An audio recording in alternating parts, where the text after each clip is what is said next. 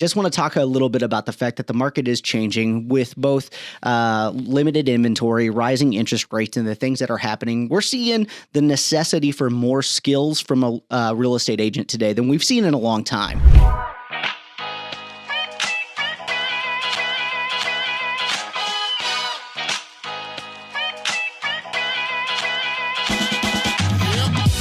Hey, everybody. Thanks for tuning in to another episode of the Aaron Advantage podcast, backed by popular demand. Today, we have the man, the myth, the legend, Grant Waldroup with FC Tucker.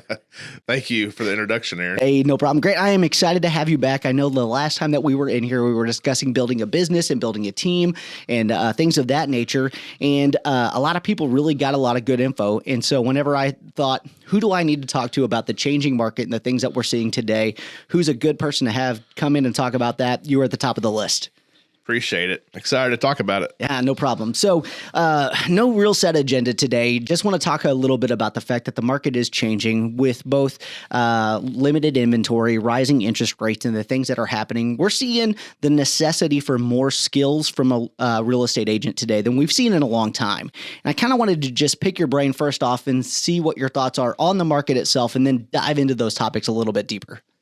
Yeah, we're back to more of a, as a listing agent, if we're back a little more normal, normal timeline, normal task of a listing agent. We're not just listing a home like we were in 2021 and 22 and it flying off the market. So right, yeah. You know, the average days on market for the first time in about 3 years actually went up as opposed to down. And so I've spoken with a lot of agents who have never experienced that before. And what are the conversations you're having with sellers to prepare them before they're even on the market on what to expect for marketing times? You know, what's interesting is I remember starting 2023, and I already told myself I'm going to have to adjust my expectations with my sellers. And I think I was ahead of it before a lot of people were talking about it because I knew that a shift and a change was happening, and not in a negative way. It wasn't a negative comment to give people. It was more of a, hey, we need to make some adjustments. Right. And if I can still sell your house very quickly, that's awesome. But I'd be doing you a disservice if I don't tell you what to experience, what we're going to be experiencing, what is expected. And I was telling myself and my sellers, here's our new expectations. And it was adjusting throughout 2023. And then, so here we are in 2024, and I feel like I've been very prepared for it. Right. And my clients have been, because they're getting real data and real expectations.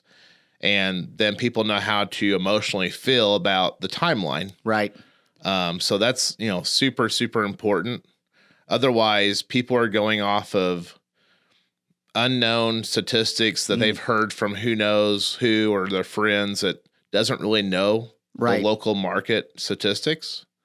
So we're constantly educating. Yeah, and I think it's important to really hammer home the fact that it's an education and an expectation on the front end, because I have those same conversations with my sellers all the time. And I find every education thing I go to a lot of continuing education and things, and we always hear the number one complaint about a real estate professional to the National Association of Realtors is lack of communication.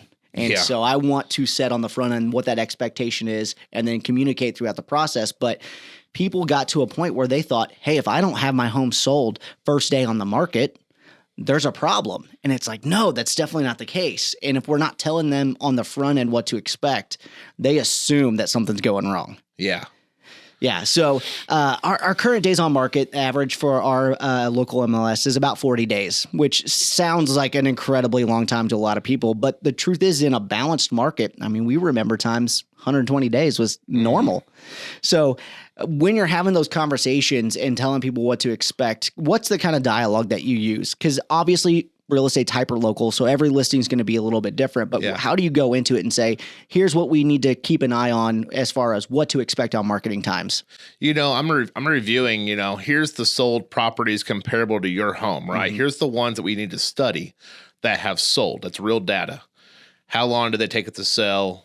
What price did it sell for? Did they experience any price changes during the listing period, right? Did they start a little higher than they should have, and then it went down to where it needed to be? Right. Did that happen? And then second, it's like asking that seller, what's your timeline? What's our goal, right? Like, do you need me to sell it in 3 days? Or are we okay if it takes 40 days because that's the market average? Right. how would how would the seller deal with that? Is that okay? Or, and that tells me how we need to price it. And I'm not talking about pricing it under. Right. I'm talking about just pricing it right. Where should it be? Yeah. Right? Am I going to give you a price and then you want to go 10,000 higher than what I suggested? Well, that tells me that it's not too urgent. Right. You may want to play the market, but let's be careful about that. I discuss all the risk of overpricing. Right. But I start with what's the seller's needs? What's their expectations? What can I do to make this a good experience? Mm-hmm. But when do we need to have your property pending? Yeah. Because then I'll make sure that we do the right adjustments if needed to their style. Right. And I think you hit something on the head that a lot of people don't take into consideration is how you price the home is definitely something that impacts the marketing time. When I'm sitting down with a seller, the most important thing I try to hammer home to them is pricing your home is a mixture of art and science. I've got the science down to a T. I'm really good at the statistical analysis to give you an idea of what to expect. But if you're telling me you need it sold tomorrow, that's a different pricing strategy than I want to get the most money no matter what. Those are things that definitely come into account that people haven't taken into consideration as much over the past few years because it was stick a sign in the yard. We're getting multiple offers. They're going over asking every time. You didn't have that strategy conversation on the front end that I'm having quite frequently now. Strategy is huge as a listing agent. Right. There's so many skills involved as being a good listing agent for people. That's why they hire you to market their home, to sell their home for them, to get the right price, to get the job done, to simplify the process, get through the obstacles. Right. Right. I wish you could just say it's only getting a buyer. Once you get a buyer, it's all done. No Wouldn't that be nice? way. That's step one. Right. The hardest part is getting the accepted offer to closing. Right. That's where you really lean on your real estate professional to get you there. Yeah, I tell people all the time, getting you under contract is one thing. Getting you to the closing table is where I shine. Industry average in our market's about a 14% fall through rate, which means you got a 14% chance of that buyer walking, which, I do everything I can to make sure that doesn't happen. I am doing my due diligence whenever we receive an offer to make sure that I've got everything vetted, know that buyer's interested, know what we need to do. But there is no guarantee that getting it under contract means you get to the closing table.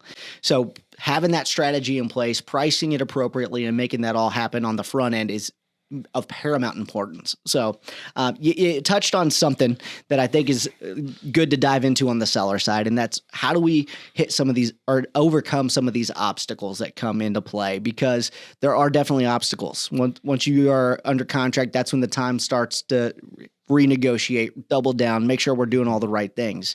Past couple of years, I can't tell you how many times I received offers with waived inspections or as is. The inspection process is coming back in full force, and I'm seeing more negotiations on repairs than we've seen in a while. How do you prep a seller to understand what to expect on that front? If I've helped that client purchase that home when they bought it, then I know more of how we did this, if it was there an inspection or not. Let's say first time meeting them, or they bought it through someone else, or they bought it as a first sub by owner without me. Right. And so then I'm asking questions. Okay, did you have a home inspection? Do you have a copy of that? Let's review that. If you didn't have an inspection, because maybe you're one of those buyers that had to waive inspections in order to win, right, a competing listing, competing offer situation. I want to know, did you have an inspection or not? What knowledge do we know? Okay, if you didn't, has anyone been in the crawl space lately? Has your roof been checked? Maybe we need to do a pre-listing inspection. Right. Because we want to know as much as we can, because we want to accomplish the best price for your home. We want to make sure that pending deal gets closed, and we can retain as much net proceeds for them as possible, right? Right. Have the smooth negotiation of inspections. Yeah. In addition to that, I think the fact that we've got long careers, we're not real old guys, but we've been in the business a real long time, almost 20 years of experience. I know the areas that have been hit by wind and hailstorms. I know that there's potential issues that we're going to need to look at. And I've got a great roofer. Shout out to Cance Hughes and Matt Gilliam, two guys that I've used multiple times, knowing that, hey, we're going to need this checked out on the front end. I'd rather you have the information so we don't get hit on the back end and find out, hey, you need a new roof or something else comes up. And asking about the crawl space, so many people never take into consideration. And there's that M word that everybody's scared of, and is there mold in the crawl space? And it may be something that's easily remedied that we can get figured out that just automatically scares a buyer away. So having those tools in our arsenal to know those things that impact what a seller is going to expect, I think sets them up for success on the front end. Absolutely. Yeah. We're walking in their house, right? And our eyes are hitting other different things about that home, right, than the homeowners do. They live there every day, but we're walking up and we're looking for things that could be a potential issue that we need to just bring up as a discussion. Right. Or have our roofer come out and check the roof, because that's what you hire us for. You hire us to bring all of our knowledge that we've built. I mean, I got 19 years experience. You got 18 years, almost 19 years. Think about the number of experiences and transactions that we've done. All that knowledge is up here, right? So like, that's why you're hiring us, because we're going to think of things that no one else thinks of. We're going to try to get ahead of it to simplify the process. Right. You know, so there's so many things that go on through our head when we're at a property the first time that someone's interviewing us to list their home. And I'm like, hey, how old's your roof? And they say, I don't really know. The previous owner didn't tell me. Right. And I'm like, I'm not a roofer, so don't put that on me, but I got a pretty good eye for this. Yeah.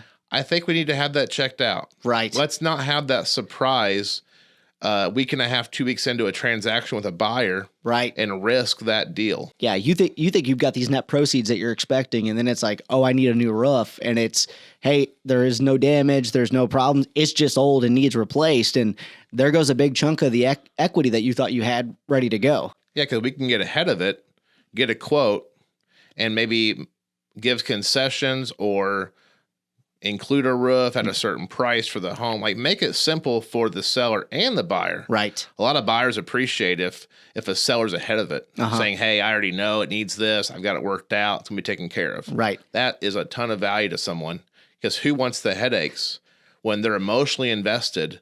They've decided on your home. They're excited about it. And now the inspection report comes in and anxiety kicks in. Right. Uncertainty, a lot of emotions. Maybe they're selling a home prior. So now they have 2 transactions going. We don't need all that stress. Right. We need to be ahead of it. It's another reason why you hire us, to come in, put our eyes on it, and advise and direct and just have control over this process. Yeah. And the other thing I tell sellers all the time is, I'm not a home inspector. I can find things that I see that are potential red flags. I can say, I've got people that can come check it out.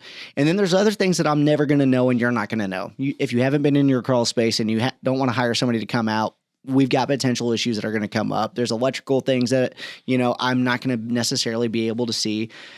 I prep them on the front end. Whenever we're talking, like, you need to be ready that when they have an inspection, there's going to be repairs that come up.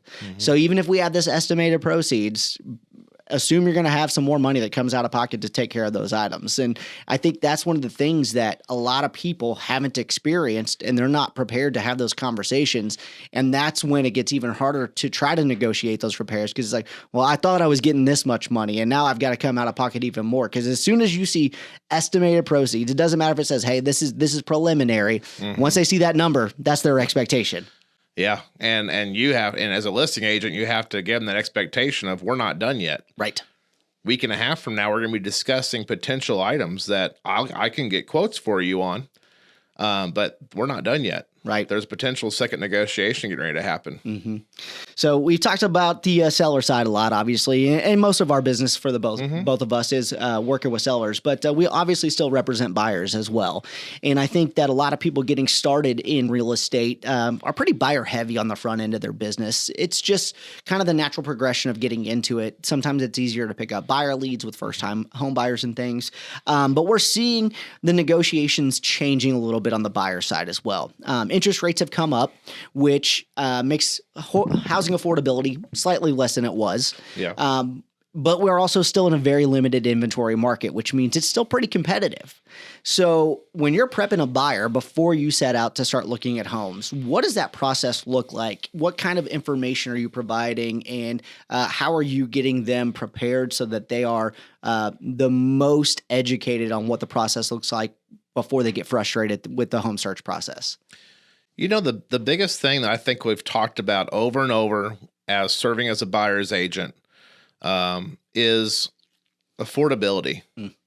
That's been the big shift, I think, that we've experienced in the last couple of years because of the price increases in the market, the interest rate increases and going up and down. It's, I want to make sure that whatever homes I'm showing my client, my buyer, that they're comfortable in the payment. Right. And I never like to say, hey, can you afford the payment? Because I don't want to just pick a home based on that. Kind of sounds like a car salesman kind of thing. Right. Yeah. But truly, the number one concern I get from my buyers is that monthly payment. Because, yeah, you can get pre-approved for a certain amount from your lender. But what really matters is, okay, but what's the payment going to be for this home that you like? Right. You can be pre-approved for that, but it doesn't mean you want to spend that much. And so as a real estate agent, I'm working with the buyer and their mortgage lender, right? They're getting pre-approved first, but then I'm making sure that the lender has given that buyer an actual expected payment for a scenario, for a home that we're probably going to be looking at. Right. Because there's no sense in taking someone in a house and then getting a payment and feeling uncomfortable. Right. No one needs to overextend themselves on a monthly budget. Right? I tell people all the time, I don't want to make you house poor. No. I don't want to put you in a position where you buy a house and then you can't afford to enjoy life and you're just married to your mortgage and you got to eat ramen noodles and rent movies at home and stream Netflix all the time because you can't afford any outside entertainment. No, it's not worth it. Right. We got a lot of experience, I think, at this. It was the basis of our career of helping buyers, because you get in real estate, you're probably serving more buyers than sellers. And as a real estate pro, you hope that your business will shift more to having a nice balance between being a listing agent and a buyer's agent. But we always knew it was important to educate the buyer as much as possible in the beginning, look at the right homes that fit their budget. And then we got in the pandemic where everything was so aggressive, right? That most likely in the pandemic times, you were probably bidding over list. So we had to make sure first that we knew what the house was going to cost us already at the list price and how much over could you afford to go and would you be comfortable with that? Right. But, going up 10, 20, 30,000 over list when rates were in the threes wasn't actually a huge increase in your payment. Right. And with huge buyer demand, that drove prices up because people could afford to be aggressive, right? Money was cheap. It was cheap. Yeah, cheap for financing. Like going up $15,000 was probably $45 more a month. Right. At 3%. Yep. At today's rate, in maybe the sevens right now, we were in the sixes, but we're kind of fluctuating. Right. Per thousand's probably almost $7 a month. Yeah. So now 15,000's what? Over $100 a month? Yeah, $105 a month. Big swing deal. right there. Yeah. So we got to make sure that we're okay with the list price with the payments. Yeah. And yes, you're right. Like we still have deals that sometimes still go over list price because certain homes that are highly desired by multiple buyers always have the potential to go over list if they're priced right. Yeah, and that's the thing that I see now that I've never seen in our career before. We've seen a seller's market, we've seen a buyer's market, we've seen all these things. We've been through the Great Recession to see short sales, foreclosures, all that stuff. But what hasn't really happened and what's kind of new is the fact that even though rates have gone up and affordability has gone down for some people, you still have that highly competitive nature because we're still under 2 months of supply of inventory. And having those two things combined is one of those newer things where it's like, hey, we need to make sure, especially if you're looking in a very competitive price range, I'm telling people on the front end, we need to be prepared that you may still have a competitive situation. You may still be in a position where if you're at a certain price range, going over the asking price is going to be a necessity. And if we're capping you out, we shouldn't be looking at your absolute max on the front end. We need to make sure that we are putting you in a position where you can win. And winning for you isn't something I get to gauge. Winning for you is, do we find you the right home with a payment you can afford where you still get to enjoy your lifestyle and we're able to negotiate the repairs to make you comfortable moving into that house? And I think having that conversation up front lets my buyers know I'm not in it for the paycheck, I'm in it for you. And that makes them so much more at ease throughout the process. Absolutely. I think a lot of people not having those conversations. I mean, can you imagine being a buyer where nobody gives you that heads up, and every time you make an offer, you're getting outbid, and you're just like, what can I do? What can I do? Yeah, you have to be advised and get recommendations from your agent. Otherwise, you're gambling. You're just putting offers in, and you have no idea if you're doing the right thing or if that was a smart offer to make or if you need to be more aggressive. Right. It's just super emotional. It's Yeah. hard for a buyer to do this alone.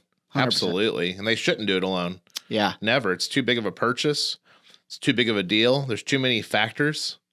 You need representation by a real estate pro. Yeah, it's funny. So I'm obviously very involved in the local association, the state association, and I serve as a director for the national association. And we hear statistics and things all the time. I mean, there's a lot of people who are trying to get into our industry and trying to attack the real estate profession. And they talk about all the time that, real estate agents who represent buyers, they don't need them. All the information's available online. They can look it all up on any website. They can find all this stuff. But statistically, we are seeing that even though buyers have more information today, they are utilizing real estate professionals at a higher rate than they did in the past when they didn't have access to all that information. And I think people take for granted that some of that information can be overwhelming to a buyer. And having somebody who can sift through that information to offer them the guidance is absolutely necessary and wanted by a lot of buyers in the market. Yeah, because I mean, it's not just the service of setting up the homes to look at and getting your buyer in the door. That's a really small part of what we do. Right. That's the initial looking process, right? But then you go into trying to help your buyer decide which home makes sense for them, and they're going to pick the home, but you're just trying to narrow it down for them. Right. You're trying to advise them on financial stuff with their lender, their payment amount.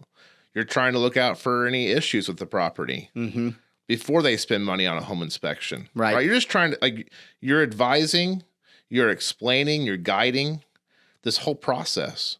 Then you get into the contracts that have to be done correctly. That change every year. Which affects your risk and your finances and everything. Buyers can't go about that alone. And you certainly don't want a seller to be in charge of that. Right. Nothing against the seller, but everyone needs fair representation. Kind of a metaphor here. It's like, if you had a legal issue, right? Right. Would you go to court alone? Absolutely not. Why? Why would you do that? Because I'm not an expert in it. No, you'd hire an attorney. Yeah. Right? It's the same thing. Why would you buy real estate without a real estate professional? Right. Why would you sell real estate without a real estate professional? Hey, nothing wrong, though, with if you've got someone in your family who wants to buy your home. Yeah. Okay, I understand that. But if you're going out in the marketplace, trying to find a buyer and have yourself protected and get the right value and get through the whole process, you need a real estate agent. Absolutely. Same with a buyer. If you're buying a home or land or anything real estate, you need representation. Yeah. I think a lot of people take for granted that this job is much more complicated than they think, because, and I say it all the time, but HGTV has glamorized the real estate profession, Selling Sunset on Netflix, all these things. They make it seem like it's such an easy thing. Like, oh, we open doors and cash checks. And I'm just like, that is the lowest part of what I do, is opening a door to let somebody look at a house, because real estate is not sales. Everybody thinks, oh, it's sales. I mean, there's marketing involved to help my seller market their property, and it's marketing myself to make people want to feel like they want to work with me. But I am a facilitator of a transaction. If I'm helping a seller sell their home and I let them dictate the price and the terms and everything else, and they're way out of line, they're not going to be able to find a buyer who's willing to offer them any money. And a lot of people don't realize that being slightly overpriced, like let's say you're 10% overpriced in this market, you're not even going to get an offer. And people think, oh, they'll just give me an offer and we'll go from there. And it's like, that's not how it works anymore. Buyers aren't willing to throw those offers out there. But if you're not getting that guidance, you may sit for months without knowing what you need to do. And on the buyer side, people don't know what it goes into all of the processes after the door is open. And I tell people, I don't sell you the house. I facilitate your transaction into that house, because if we walk into a home that you hate, there is no stream of words in the English language that I can concoct to change your mind. Why would I try? Yeah. At that point, you're eliminating. Exactly. You're eliminating homes that aren't the right fit for them, and you wait for the next one, or you go to the next one you have lined up. And people apologize. They're like, Aaron, I'm so sorry we're not making an offer today. And I said, no. Don't ever apologize. You have to live in this home. I'm going to find you the one that's right for you.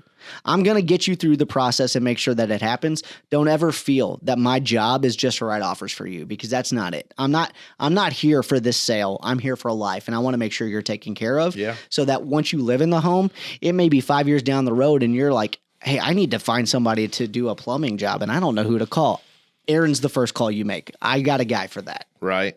And I think that's the benefit of building the relationships that we have and people trusting us because we have that experience to get them through that process. Absolutely. We have so many clients that reach out to us that are not in the market. Right. They come back to us for information, for advice, for, hey, what's my home currently worth? I don't want to move. I just want to know what it's worth. I'm more than happy to give them a value on that. Absolutely. They might want a recommendation for a contractor. I'm glad they've asked me. Mm-hmm. I'd rather them ask me than just Google and pick someone random, because I've got experience with that contractor and I can give a referral to them. Right. Or they have a bad experience and then they got to find somebody to come in and fix the issue. And that happens, unfortunately, all the time too. And it's one of those things that it's like, hey, I'm here for you no matter what it is, any point in time. And I educate them on that on the front end as well, and keep contact with people so that they know what's going on. And you mentioned something that kind of sparked something in my mind that I think is a good idea to hit on. Maybe you've been in your home for a while and you just want to know what your home is worth, not because you're in a position where, you're looking to move or anything else. But I've started reaching out to some of my people that I sold homes to in the past and just say, hey, I don't know if you're aware of this or not, but you may have a decent equity position and maybe it's time to look at taking out a home equity line of credit. And maybe it's time to start considering, would real estate be a good investment for your portfolio and things of that nature. And I think that is something that maybe a lot of real estate agents, they only focus on listing homes and selling homes, and they don't think about the other potential value they can provide to their clients once that deal is closed. Have you had any experience with that? It wasn't just last week. I was at someone's home in Newburgh, and they were thinking about, they actually are purchasing a house through me right now, but they were talking about, should we sell our home or do we want to keep it as a rental? And I love rental. I love real estate investments, right? I own some rentals. I believe in it as far as, owning it and having it appreciate over time. Right. But I went to their house and I gave them two scenarios. I did a value on their home and I said, here's my recommendation if we sell it. And here's the financial breakdown, right? Mm-hmm. And here's scenario 2. You keep it as a rental. And I said, I went online, pulled some rental comparables in the local area. I gave them a range. I said, I can't determine your rental amount, but here's a range of what I saw. And I gave them a financial analysis, in my opinion, on how much they would cash flow per month if they kept their home as a rental. Right. I told them how their taxes would be affected and everything. And I said, I'm not here to decide if you want to sell or rent. Yeah. It's not my decision, but you asked me for my advice. And so here's the two scenarios. And I said, this is for you guys as a couple to decide what you want to do. Now, this is your only real estate investment, right? And they said, yeah. I said, there's nothing wrong with owning a rental. But if it's going to be your only one, I don't know if it's the best use of your money. Right. And they said, what do you mean? And I said, well, you're going to cash flow this much a month, which is this much annual profit.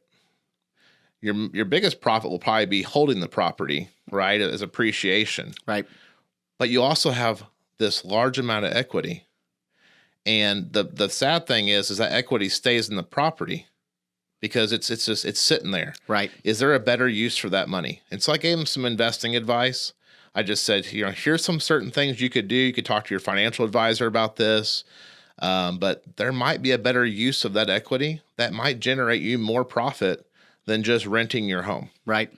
And they were like, wow, I never would have thought about that. Mm-hmm. And I said, I'm not here to convince you to sell your home, because obviously if you sell your home and list it with me, then I make an income from that, right? From doing services for you.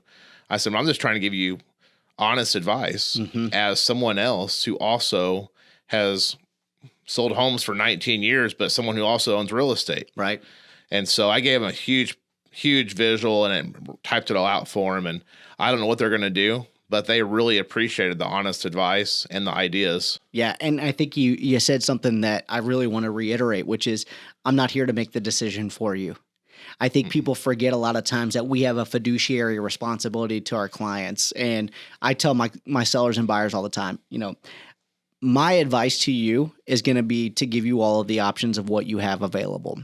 The decision that is best for you may not be the decision that I think is best, but ultimately I can't make that decision for you. No. I can tell you the potential pitfalls and the potential benefits of all the options that you're weighing, and then you have to make a decision. And a lot of people think that it's our job to push the client in a specific direction. I'm like, I never do that. Never do that. I never want to try to influence their decision. I want them to be fully informed and aware of what the outcomes may be and let them decide what's best for them. What's interesting is I look back at my whole career and I always remind myself that, I haven't gotten here by ever being pushy or trying to convince someone or be persuasive. Right. Right. I do the right thing. I lay out the options for people. I help them sort out the pros and cons. I only do that because I'm helping them make a decision. Right. Right. You do the right thing. It'll pay off in the future. I definitely have not done this by being a salesy person. Right. Yeah.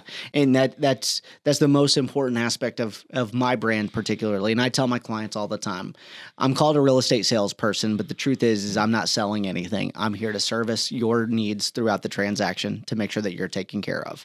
And by the way, that doesn't always mean that I'm going to agree with everything you say.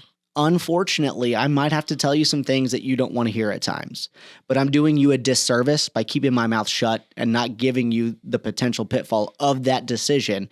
And I've had people before upset with the answer I've given them to a question. And as a manager, there's times I have to give advice to agents that they don't like the answer I have. And I say, my job's not here to upset you. I'm not here to try and dissuade you from making a decision. But if you're not fully informed, and you find out on the back end what could have happened, because it does, then you're going to be more upset that I didn't give you that advice.